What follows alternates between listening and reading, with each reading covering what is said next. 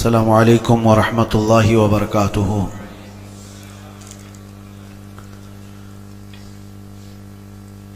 الحمد للہ وکفا وسلام علی حبیبہ المصطفیٰ، اما بعد۔ بحمدہ تعالی وبکرم مصطفیٰ صلی اللہ تعالی علیہ وسلم، آج کی اس شب میں قرآن عظیم کے 29 پارے مکمل ہو چکے۔ قرآن عظیم کے مکمل ہونے میں بس ایک پارہ باقی رہ گیا۔ کل کی شب میں انشاءاللہ العزیز ختم قرآن کیا جائے گا۔ اللہ تبارک و تعالی مکمل قرآن عظیم کو صحیح تلاوت تجوید کے ساتھ سماعت کرنے کی توفیق عطا فرمائے۔ آج ہم نے سورہ ملک کی تلاوت سے شروعات کی۔ سورہ ملک کی فضیلت میں باضابطہ حدیثیں آئی ہوئی ہیں۔ جو بندہ اس کو روزانہ تلاوت کرتا ہے اس کی قبر کو روشن کر دیا جاتا ہے۔ سورہ ملک کو عام زبان میں تبارک بھی کہتے ہیں۔ اکثر آپ دیکھتے ہوں گے بہت سارے جہاں پر کسی کا انتقال ہو جائے اس کے بعد تبارک پڑھانے کا اہتمام ہوتا ہے۔ اس کی فضیلت ہے، جو بندہ روزانہ تلاوت کرتا ہے فرمایا گیا اس کی قبر روشن ہوتی ہے اور نور سے بھر دی جاتی ہے۔ اور ایک روایت یہ ہے جیسی ہی اس بندے کا انتقال ہوتا ہے جو روزانہ سورہ ملک پڑھتا تھا تو یہ سورہ اللہ کے پاس جاتی ہے۔ اس بندے کو ابھی قبر میں رکھا گیا ہوتا ہے جب تک یہ سورہ اللہ کے پاس جاتی ہے اور اللہ سے عرض کرنے لگتی ہے کہ اے مولا، جو مجھے تلاوت کرتا تھا تو اسے بخش دے، اسے جنت عطا کر۔ تو یہ سورہ اللہ تبارک و تعالیٰ سے بحث کرتی ہے۔ یہ لفظ تو یہاں تک بھی آیا ہے جھگڑا کرتی ہے اور پوچھتی ہے کہ اے اللہ، کیا میں تیرے کلام کا حصہ نہیں ہوں؟ رب تعالیٰ فرماتا ہے کیوں نہیں، تو میرے کلام کا حصہ ہے۔ تو سورہ ملک کہتی ہے اگر میں تیرے کلام کا حصہ ہوں تو مجھے جو پابندی سے پڑھتا تھا اس کی بخشش کر دے۔ تو رب تبارک و تعالیٰ اس کی سفارش پر وہ اتنا بحث کرتی ہے سورہ ملک اپنے رب سے، اور یہ تک بھی کہتی ہے کہ اگر میں تیرے کلام کا حصہ نہیں ہوں تو مجھے اس سے الگ کر دے، اگر اس کی بخشش نہیں ہو سکتی تو مجھے الگ کر دے۔ تو رب تبارک و تعالیٰ اس کی سفارش قبول فرماتا ہے اور فرماتا ہے جاؤ، جو تجھے روز تلاوت کرتا تھا اسے بشارت دے دے، میں نے اسے معاف کر دیا۔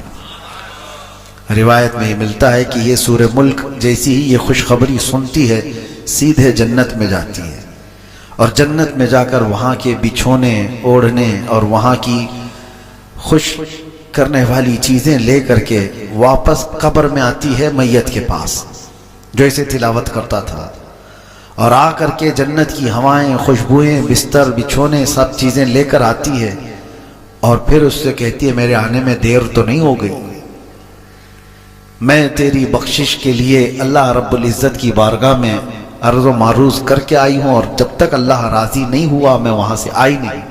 اب تجھے بشارت ہو کہ قبر میں جنتی بچھونوں پر آرام کر اور ہوائیں جنت کی کھاتا رہے۔ تو سورہ ملک یہ وہ وفا کرنے والی صورت ہے، جب لوگ ہمیں قبر میں تنہا چھوڑ جائیں گے تو یہ سورہ ہے اللہ کریم کی بارگاہ میں ہماری سفارش کر کے ہماری بخشش کا پروانہ لے کر آنے والی ہے۔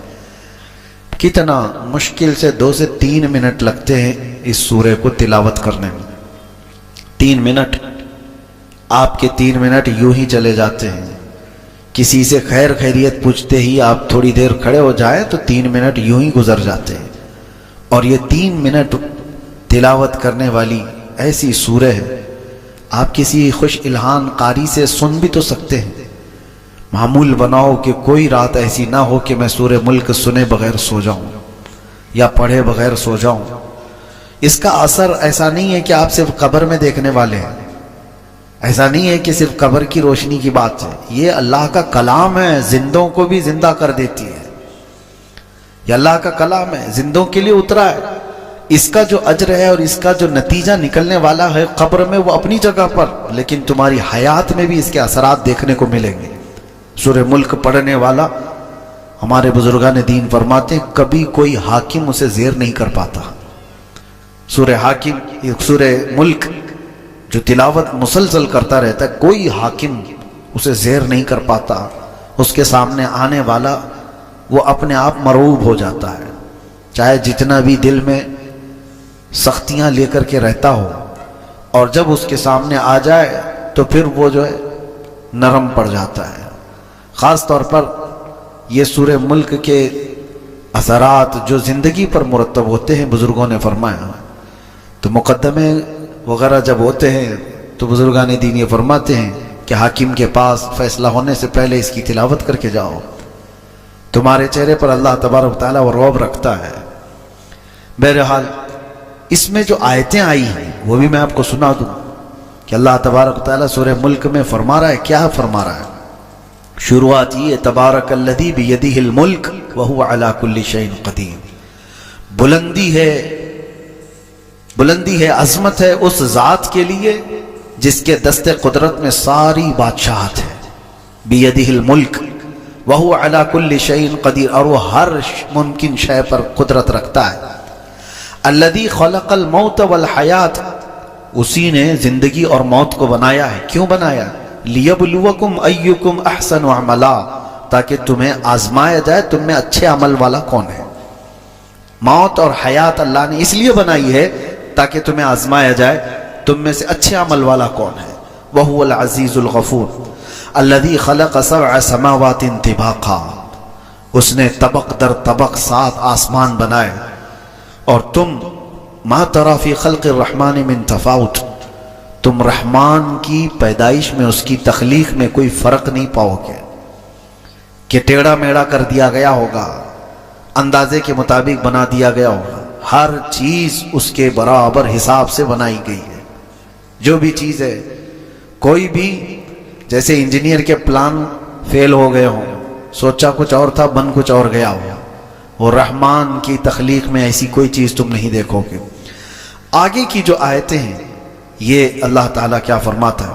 والذین کفروا بربہم عذاب جہنم، جو اپنے رب سے کا انکار کیے وہ جہنم میں جانے والے ہیں، ان کے لیے جہنم کا عذاب ہے.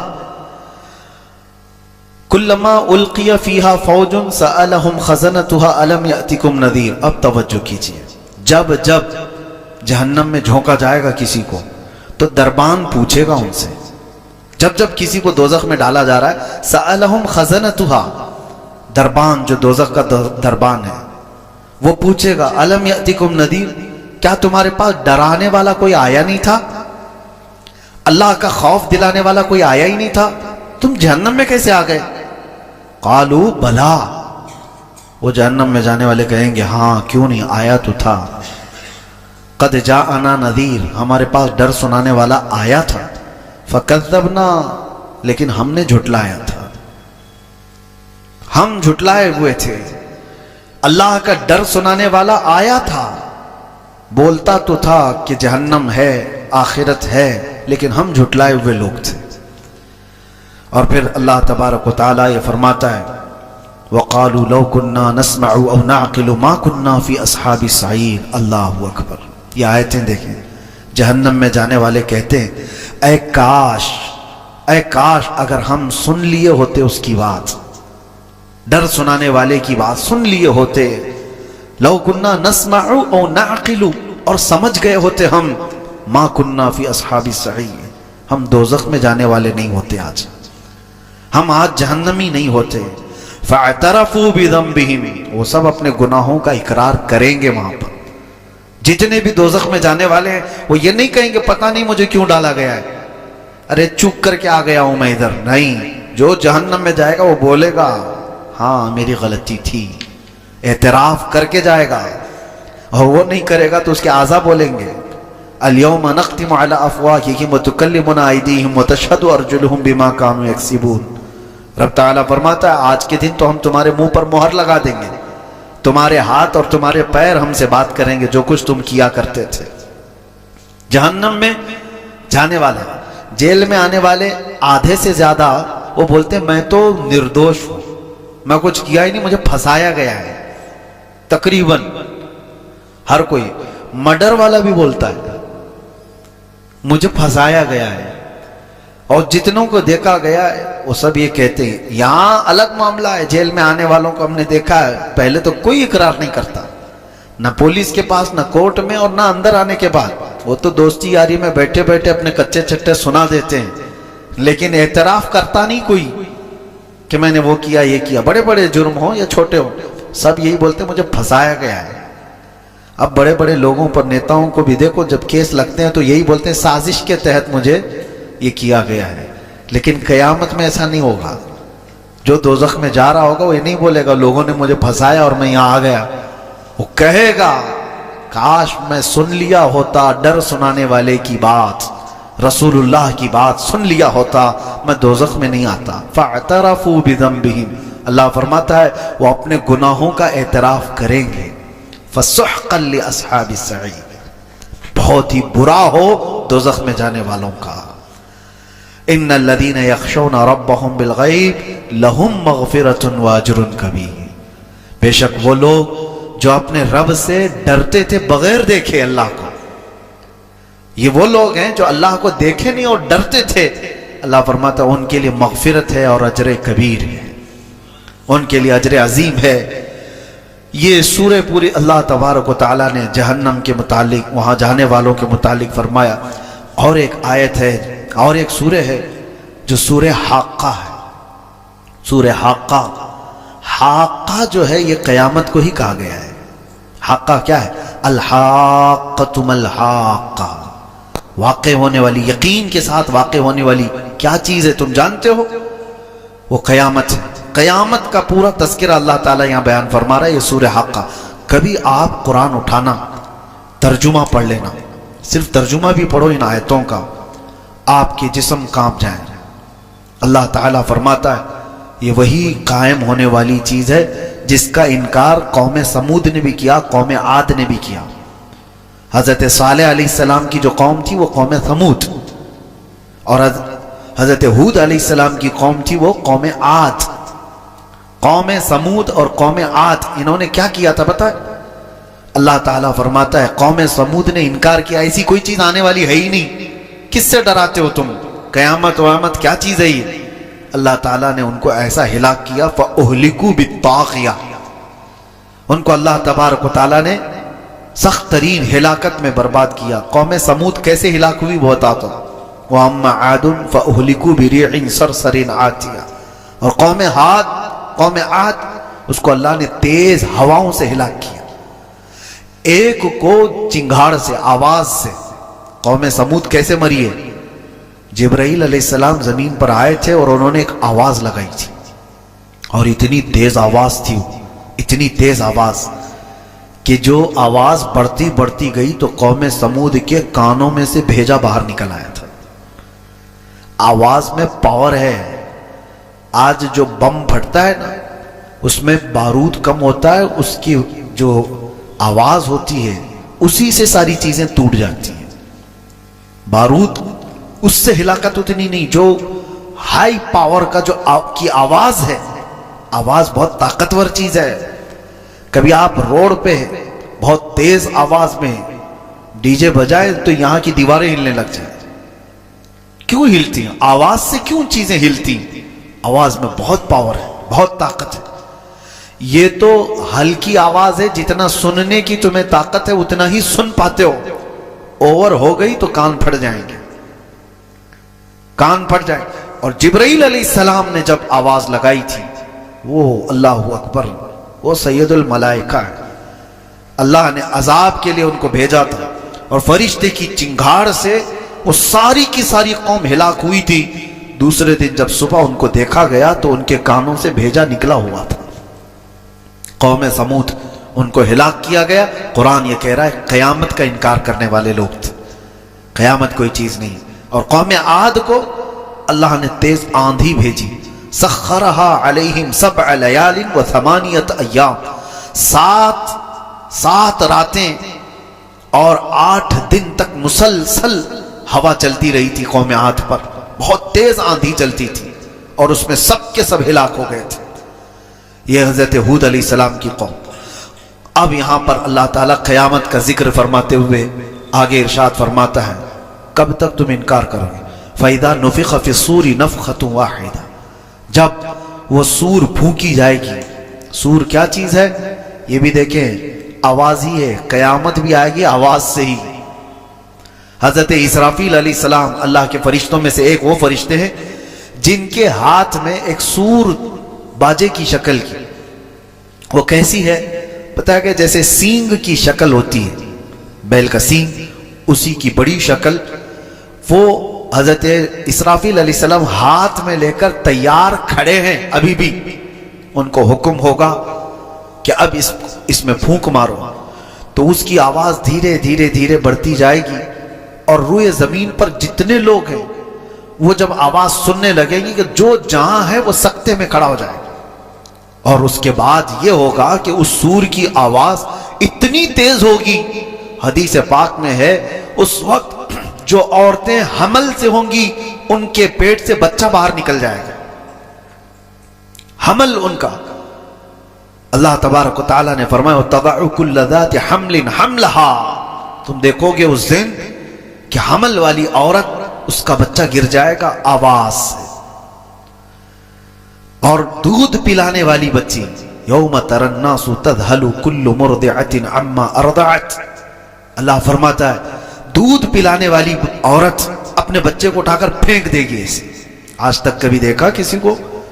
اور یہ اس آواز کے بعد، اور کہ کوئی کپڑا کاٹ رہا تھا وہ کینچی پھینک دے گا، کوئی ہل چلا رہا تھا وہ ہل پھینک دے گا، یعنی جو جس حال میں تھا وہ ساری چیزیں پھینک کر سکتے میں آ جائے گا۔ یہ فَإِذَا نُفِخَ فِي الصُّورِ نَفْخَةٌ وَاحِدَةٌ، جب یہ سور پھونکی جائے گی، وَحُمِلَتِ الْأَرْضُ وَالْجِبَالُ فَدُكَّتَا دَكَّةً وَاحِدَةً، اللہ تعالیٰ فرماتا ہے زمین کو اور پہاڑوں کو ملا دیا جائے گا، اٹھا دیا جائے گا، اور ایسے کہ ایک جھٹکے میں یہ پورے پہاڑ روئی کے پھائے کی طرح سے اڑ رہے ہوں گے۔ اب یہی آیتوں کی تفسیر پڑھنا ہو تو آگے آپ پڑھو اذا الشمس کورت واذا النجوم انکدرت واذا الجبال سیرت واذا العشار عطلت، اللہ فرماتا ہے پہاڑ چلائے جائیں گے، واذا البحار سجرت، اور سمندروں میں آگ لگائی جائے گی، تارے ٹکرا دیے جائیں گے، چاند اور سورج پھٹ جائیں گے، کیا ہوگا اس وقت؟ اور رب تعالیٰ فرماتا ہے فَيَوْمَئِذٍ وَقَعَتِ الْوَاقِعَةُ، پھر وہ واقع ہونے والی چیز تو واقع ہو کر رہے گی، کچھ نہیں کر پاؤ گے۔ وَالْمَلَكُ عَلَىٰ أَرْجَائِهَا وَيَحْمِلُ عَرْشَ رَبِّكَ فَوْقَهُمْ يَوْمَئِذٍ ثَمَانِيَةٌ، اس دن اللہ تعالیٰ کا عرش اٹھانے والے 8 فرشتے ہوں گے جو رب کا عرش اٹھائے ہوئے ہوں گے۔ یہ قیامت کا تذکرہ چل رہا ہے، توجہ۔ یومئذ تعرضون لا تخفى منکم خافیہ، تم کو پیش کیا جائے گا قیامت کے دن، تم سب اٹھائے جاؤ گے اور کوئی چیز تمہاری چھپائی نہیں جائے گی، کوئی چیز نہیں چھپائی جائے گی، ہر چیز کے ساتھ تم قیامت کے دن آؤ گے۔ اب سنو جو آیتیں جھنجھوڑتی ہیں، کیا ہے؟ فَأَمَّا مَنْ أُوتِيَ كِتَابَهُ بِيَمِينِهِ، اللہ فرماتا ہے جو جس کے ہاتھ میں اس کا نامہ اعمال سیدھے ہاتھ میں دے دیا گیا، فَأَمَّا مَنْ أُوتِيَ كِتَابَهُ بِيَمِينِهِ، سیدھے ہاتھ میں جس کا نامہ اعمال پکڑا دیا گیا، فَيَقُولُ هَاؤُمُ اقْرَءُوا كِتَابِيَهْ، وہ تو خوشی میں سب کو پکار کر کہے گا آؤ آؤ میرا عمل نامہ پڑھ لو، خوشی میں کہے گا، اے کاش ان لوگوں میں ہمارا شمار ہو۔ رب تعالیٰ فرماتا ہے وہ کہے گا ہاں اقرؤوا کتابیہ، پڑھو تم لوگ بھی پڑھو، میرا نامہ اعمال مجھے رب نے آج سیدھے ہاتھ میں دیا ہے۔ وہ کہے گا انی ظننت انی ملاق حسابیہ، مجھے یقین تھا کہ میں اپنے رب کے پاس حساب دوں گا، حساب کا دن آئے گا، مجھے یقین تھا۔ فہو فی عیشۃ راضیہ، وہ اپنی من پسند زندگی میں جا رہا ہوگا، فی جنت عالیہ، بلند جنتوں میں جا رہا ہوگا، قطوفها دانیہ کلوا واشربوا ہنیئا بما اسلفتم فی الایام الخالیہ۔ یہ جنت کے تذکرے یہاں پر رب تعالیٰ فرماتا ہے جس کی ٹہنیاں، جس کے باغیچے اس طرح خوشگوار، جاؤ عیش کرو جو تم آخرت پر یقین رکھتے تھے۔ اب آگے آیت آتی وَأَمَّا مَنْ أُوتِيَ كِتَابَهُ بِشِمَالِهِ، اور جس کے ہاتھ میں، بائیں ہاتھ میں وہ حساب دیا جائے گا، وہیں سے سب سمجھ میں آ جائے گا۔ جیسے ہی اعمال نامہ پکڑایا جائے گا وہیں سمجھ میں آ جاتا ہے کس کے ساتھ کیا ہونے والا ہے۔ یہ قرآن کی آیت پڑھ رہا ہوں میں، وَأَمَّا مَنْ أُوتِيَ كِتَابَهُ بِشِمَالِهِ، جس کے بائیں ہاتھ میں اس کا نام اعمال پکڑایا جائے گا، کیا کہے گا جانتے ہو؟ فَيَقُولُ يَا لَيْتَنِي لَمْ أُوتَ كِتَابِيَا، اے کاش مجھے حساب نہیں دیا گیا ہوتا، میرا اعمال نامہ مجھے نہیں پکڑایا گیا ہوتا تو کتنا اچھا ہوتا۔ دوسری جگہ وہ کہتا ہے وَلَمْ أَدْرِ مَا حِسَابِيَا، مجھے پتہ ہی نہیں تھا حساب کیا ہوتا ہے، مجھے معلوم ہی نہیں تھا۔ اور دیکھ کر کے پوچھتا ہے وہ فرشتوں سے، یہ کیا ہے؟ اعمال نامے کا مطلب کیا سمجھتے ہو تم؟ پرنٹ آؤٹ نکال کر کے لائیں گے A4 سائز کے 5 پیپر ہیں؟ اعمال نامے کے متعلق کہا گیا ہے فرشتے اٹھا اٹھا کر کے کتابیں لا رہے ہوں گے، جہاں تک اس کی نظر جاری ہوگی اسی کی کتابیں ہوں گی۔ وہ پوچھے گا یہ کیا ہے؟ کہا جائے گا تیری پوری زندگی کا لکھا ہوا ہے، جہاں تک نظر جا رہی ہے۔ ایسا نہیں کہ یہ پورا بھر جائے گا، فرمائے گا جہاں تک تمہاری نظر جا رہی ہے تمہارے اعمال سے بھری ہوئی کتابیں فرشتے اٹھا کر لا رہے ہوں گے۔ وہ پوچھے گا اتنا سب میرا ہے؟ کہاں تیرا ہے؟ سنانا ہوگا، 400 سال لگ جائیں، 500 سال لگ جائیں، سنانا ہے تجھے آج۔ پھر وہی بندہ یہ کہتا ہے، اس کا جملہ رب تبارک و تعالیٰ نے قرآن میں کیا فرمایا؟ مَا لِهَذَا الْكِتَابِ لَا يُغَادِرُ صَغِيرَةً وَلَا كَبِيرَةً إِلَّا أَحْصَاهَا، اے لا یہ کیسی کتاب تو نے دی مجھے، چھوٹی چیز بھی اس میں چھوڑی نہیں گئی، بڑی چیز بھی چھوڑی نہیں گئی، سب لکھ دیا گیا ہے، سب لکھ دیا گیا ہے۔ یہ بائیں ہاتھ میں جس کا آ گیا ہے اس کے معاملات ہیں یہ۔ اور آگے وہ کیا کہتا ہے؟ ما اغنا عنی مالیہ ہلک عنی سلطانیہ، کسی بھی چیز نے اس کو نفع نہیں دیا اس سے۔ دوسری سورے میں اللہ تعالیٰ نے یہ بھی فرمایا کہ اس دن یود المجرم لو یفتدی من عذاب یومئذ ببنی، ہوتا ہے نا تم کو پکڑا گیا، یہاں پر ضامن چلتی ہے نا، ضمانت میں آپ پراپرٹی لکھوا دو اور اس کے بعد بیل لے کر کے آ جاؤ، یا کسی آدمی کو کھڑا کرو، یہ ضامن ہے میرا، جب تک کیس چلے گا یہ میرا ضامن ہے، وہ اپنی پراپرٹی کے پیپر لا کر کے جمع کرے گا کورٹ میں، یہ دستور ہے۔ اور مجرم قیامت کے دن کیا سوچے گا؟ وہ اللہ فرمانا یود المجرم لو یفتدی من عذاب یومئذ ببنی، اس دن مجرم یہ تمنا کرے گا کہ میرے بیٹے کو میں رکھ کر کے عذاب سے چھٹکارا تو لے لوں، بدلے میں مولا میرا بیٹا رکھ لے، وصاحبتہ واخیہ، یا میرے بھائی کی بدلے میں یا دوست کے بدلے میں مجھے عذاب سے چھٹکارا دے دیا جائے۔ اللہ تعالیٰ فرماتا ہے وَمَن فِي الْأَرْضِ جَمِيعًا، جو کچھ بھی زمین میں تھا وہ سب دے کر کے وہ سوچتا ہے عذاب سے مجھے چھٹکارا مل جائے۔ کوئی بھی تو چیز رکھ لو، میرا گھر تھا دنیا میں، بڑی جائیدادیں تھیں، اولاد تھی، بھائی تھے، رشتے تھے، کچھ تو رکھ کر کے مجھے چھٹی دی جائے۔ اللہ فرماتا ہے کلا، ہرگز نہیں، ہرگز نہیں، کوئی چیز فدیہ کے طور پر لے کر نہیں چھوڑی جائے گی۔ فَالْيَوْمَ لَا يُؤْخَذُ مِنْكُمْ فِدْيَةٌ، یہ وہ دن ہے جہاں کوئی فدیہ لے کر کے چھوڑنے والا سسٹم ہی نہیں، فدیہ لے کر کے پیسہ دے کر کے چھوڑنے والا سسٹم ہی نہیں ہے، تمہارا حساب تم سے ہوگا۔ لا تزر وازرۃ وزر اخری، ایک جان دوسرے جان کے گناہوں کو نہیں اٹھائے گی، آج تمہارا حساب تم سے ہوگا۔ اب آگے رب تعالیٰ یہ فرماتا ہے اللہ اکبر، جیسے ہی یہ بائیں ہاتھ والا گڑ گڑا رہا ہوگا حساب کیا ہے مجھے پتہ ہی نہیں تھا، یہ اعمال نامہ کیا ہے، یہ ابھی کہہ ہی رہا تھا، اللہ فرماتا ہے حکم ہو جائے گا خذوہ فغلوہ، پکڑو اس کو جلدی سے اور اس کو زنجیروں میں باندھو، ثم الجحیم صلوہ، پھر اس کو جہنم میں پھینک دو۔ کیسے؟ ثم فی سلسلۃ ذرعها 70 ذراعا فاسلکوہ، اس کو ایسے چین میں باندھو کہ ہر زنجیر کے اندر 70 زنجیریں اور ہوں۔ کس کو؟ مجرم کو ایسی زنجیر میں باندھو کہ ہر زنجیر کے 70 اس کے دانے ہوں۔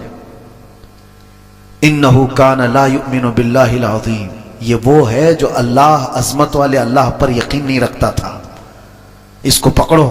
فرشتوں کا حکم ہو گیا۔ یہ آیتیں جب پڑھتے ہیں نا رونگٹے کھڑے ہوتی ہیں۔ خذوہ فغلوہ، پکڑو اس کو اور باندھو اس کو۔ اور ایک ترجمے میں یہ کہا گیا ہے کہ اس کو کھولتے ہوئے عذاب دو، غلوہ، اس کو پکاؤ۔ ثم الجحیم صلوہ، پھر اس کو دوزخ میں پھینک دو، کھینچ کر کے پھینکو۔ انہ کان لا یؤمن باللہ العظیم، یہ وہ ہے جو عظمت والے اللہ پر یقین نہیں رکھتا تھا۔ ولا یحض علی طعام المسکین، یہ کبھی مسکین کو کھانا کھلانے کی رغبت بھی نہیں رکھتا تھا۔ فلیس لہ اليوم ہاہنا حمیم، آج اس کے لیے یہاں پر مائے حمیم کے علاوہ کچھ نہیں ہے۔ اب سنو مائے حمیم کیا ہے؟ جہنم کا وہ پانی جو سارے مجرموں کا پیپ جو نکلا ہوگا اس کو کھولایا جائے گا، پکایا جائے گا۔ جو زخموں سے پیپ نکلتا ہے اس کو کھولایا جائے گا، اور یہ جہنمی کو پینے کے لیے دیا جائے گا۔ تو کہا گیا اتنا کھولتا ہوا ہوگا، اتنا گرم کہ وہ ابھی مٹکا اٹھایا ہوگا کہ اس کی گرمی سے اس کا نیچے کا ہونٹ جھلس کے زمین تک لٹک جائے گا۔ یہ مائے حمیم۔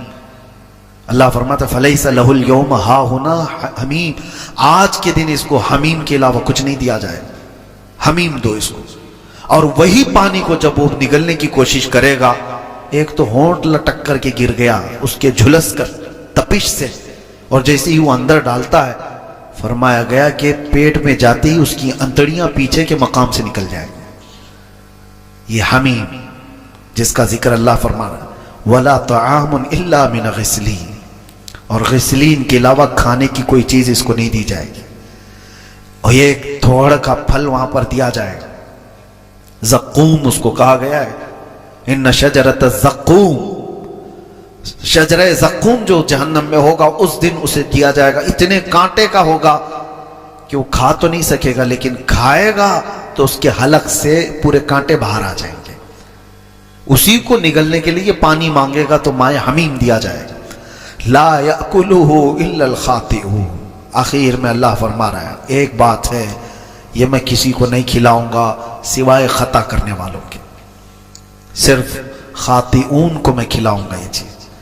وہ ارحم الراحمین ہے، ہر ایک کے لیے نہیں، لیکن یہاں قرآن میں آج اس نے جگہ جگہ پر ہمیں جب تنبیہ کی، تو پھر بندہ اگر کفر کیا اور انکار کیا اور پیٹھ دکھا کر بھاگا ہے تو پھر اس سے پوچھا جائے گا الم یأتکم نذیر۔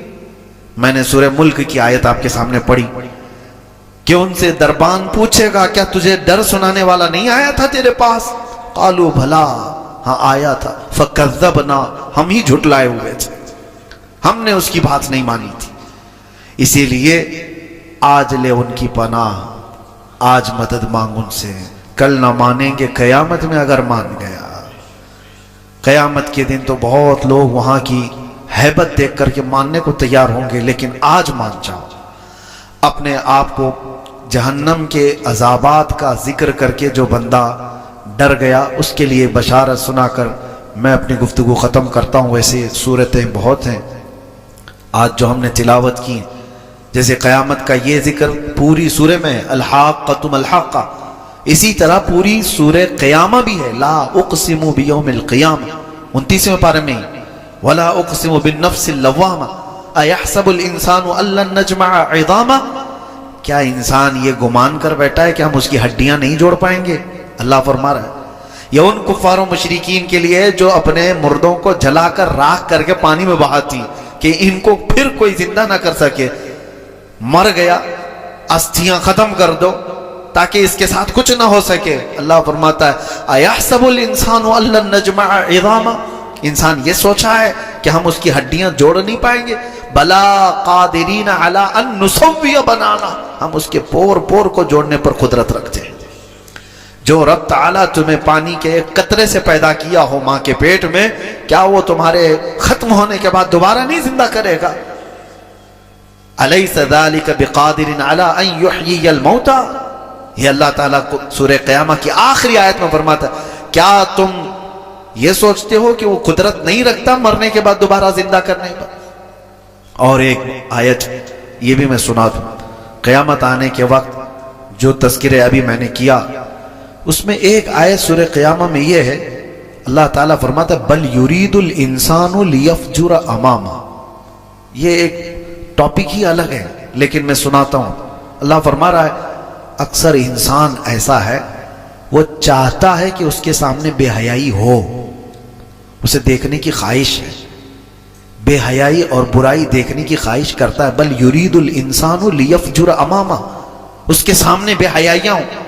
راستے میں جو جھگڑا ہو رہا ہو نا تو دیکھنا جلدی سے بہت جلدی جمع ہو جائیں گے لوگ، اور کسی کو مدد کرنا ہو تو دو لوگ بھی نہیں کھڑے ہوں گے. جھگڑے دیکھنے کے لیے بہت جلدی آدمی جمع ہو جاتا ہے. کوئی سرکس کر رہا ہو تو اس کے لیے، کوئی ننگا ناچ رہا ہو اس کے لیے کھڑے ہو جائیں گے. کیوں؟ انسان کی فطرت یہ رب تعالیٰ فرما رہا ہے اس کی خواہش ہوتی ہے کہ سامنے بے حیائی دیکھے. لیکن اس کے بعد اللہ تبارک و تعالیٰ فرماتا ہے تم یہ دیکھنے کی یہاں دنیا میں خواہش رکھتے تھے، آؤ اب قیامت کے دن تمہیں دکھایا جائے گا. تم نے اپنی آنکھوں سے جو جو دیکھا ہے وہ سب منظر یہاں دکھائے جائیں گے. اللہ کریم ہم سب کو مرنے سے پہلے بخشووں میں شمار فرمائے. اور قیامت کے تذکرے کے بعد یہ بات میں بتا کر کے رخصت ہو جاتا ہوں، جو آخرت کے تصور سے ایک بار ڈرا، وَأَمَّا مَنْ خَافَ مَقَامَ رَبِّهِ وَنَهَى النَّفْسَ عَنِ الْهَوَىٰ.